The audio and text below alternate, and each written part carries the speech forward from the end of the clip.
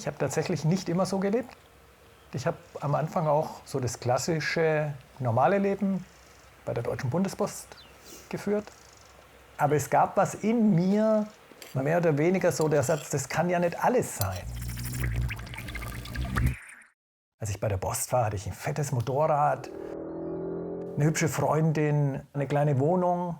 Ich war da einfach sehr eingebunden in einem Rhythmus, früh aufstehen, arbeiten und habe dann über den berühmten Tellerrand rausgeschaut, als ich das erste Mal in die weite Welt geflogen bin, was ich heute nie wieder machen würde. Aber ich konnte dadurch sehen, dass es weltweit ganz anders aussieht als bei uns hier in Deutschland und dass der Lebensstil letztendlich, den wir hier leben, sehr auf Kosten von anderen Menschen und von der Natur geht. Ab da war es für mich eigentlich ein Ziel, anders zu leben. Der gravierendste Schritt auf dem Weg war, als ich bei der Post gekündigt habe. Weil das war Drama. Wie kann ich einen sicheren Job, wo ich gut verdiene, aufgeben, ohne einen besseren Job zu haben, sondern mit dem Fahrrad wegzufahren? Das war gegen alle Wertvorstellungen von den Menschen um mich herum. Entscheidende Erlebnis war dann, als ich mit dem Fahrrad unterwegs war und für mich persönlich die Erfahrung gemacht habe, mit wie wenig ich glücklich sein kann. Und dann habe ich mein Motorrad verkauft. Und damit habe ich bis auf einen alle sogenannten Kumpels mitverkauft. Das Gefühl des Motorradfahrens vermittelt ja eigentlich das, wonach ich mich gesehnt habe. Dieses Leben, dieses Freisein, selbstbestimmt, wenn man da auf dem Motorrad sitzt und wow. Aber es ist ja eine Illusion. Ich bin überzeugt, dass jeder Mensch sich nach Freiheit sehnt.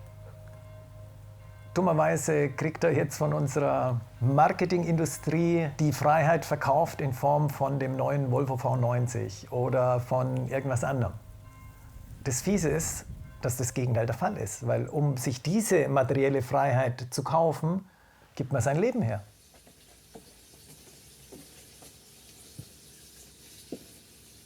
Dann habe ich festgestellt, okay, je kleiner ich lebe, je weniger Dinge ich habe, desto mehr Zeit habe ich. Und deshalb ist es dann so Schritt für Schritt in die Richtung gegangen, weniger Ressourcen zu verbrauchen. Das Wasser fließt jetzt hier als Abwasser raus, wird von den Pflanzen aufbereitet und kommt wieder ins Haus und ist wieder frisches Wasser. Also es braucht eine kleine Pflanzenkläranlage und es braucht mindestens 2 Tanks. Ein Tank, der das Abwasser jetzt auffängt und ein Tank, der das frische Wasser dann auch wieder aufnimmt. Und idealerweise hat man dazu noch einen Regenwassertank, weil das Wasser, was man verzehrt, das ist ja dann tatsächlich weg und das wird dann mit Regenwasser aufgefüllt. Der zweite Hahn hier, da ist eine Osmoseanlage dabei. Die wird praktisch an das Leitungssystem angeschlossen und dann hat man wirklich reines Wasser. Egal, ob das Ausgangswasser vom Leitungswasser sehr kalkhaltig ist, noch irgendwelche Rost, Blei, was auch immer drin ist. Damit ist es dann reines Wasser, man muss nie wieder Mineralwasser kaufen. Ja, das Schöne ist tatsächlich, dass hier mehr oder weniger alles im Kreislauf bleibt. Die Reste von dem, was ich jetzt zubereite, die schneide ich dann auch noch etwas kleiner. Und draußen ist eine kleine Biogasanlage. Dann werfe ich das da rein, verbunden mit Wasser. Und in der Biogasanlage sind Bakterien, die aus den Speiseresten Methangas produzieren. Und draußen habe ich einen Brenner und damit kann ich dann Kaffee kochen, Essen zubereiten, was auch immer. Die Ernährung hat einen unglaublichen Einfluss auf die Welt um uns und auf uns selbst. Tolstoi hat mal gesagt, solange es noch Schlachthöfe gibt, wird es auch Schlachtfelder geben. Und ich glaube, dass nur ganz, ganz wenige Menschen Fleisch essen würden, wenn sie miterleben müssten, wie das zustande kommt.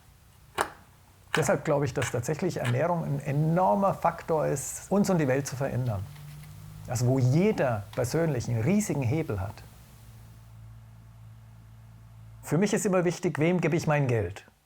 Das heißt, der erste konkrete Schritt, den man tun kann, wenn es um Energie geht, den Energieanbieter wechseln, wenn man noch bei der EnBW ist oder bei einem der anderen großen Unternehmen. Es gibt so tolle Alternativen von Energiegenossenschaften. Dann weiß ich, wer kriegt mein Geld und wo kommt tatsächlich mein Strom her. Wenn man Eigentum hat, kann man natürlich eine Photovoltaikanlage aufs Dach machen. Rechnet sich immer. Und dann gibt es alle Varianten von Plug-in-Modulen. Das heißt, man kann sich 2 Module auf dem Balkon, Photovoltaikmodule hinmachen und den Strom direkt in die Steckdose einspeisen. Kann jeder, egal ob in Mietwohnung oder sonst was.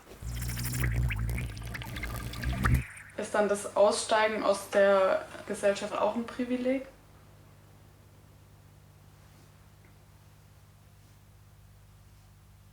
Boah. Das ist eine gute Frage. Also ich bin ja der Meinung, es ist kein Aussteigen, sondern es ist eher ein Einsteigen ins Leben.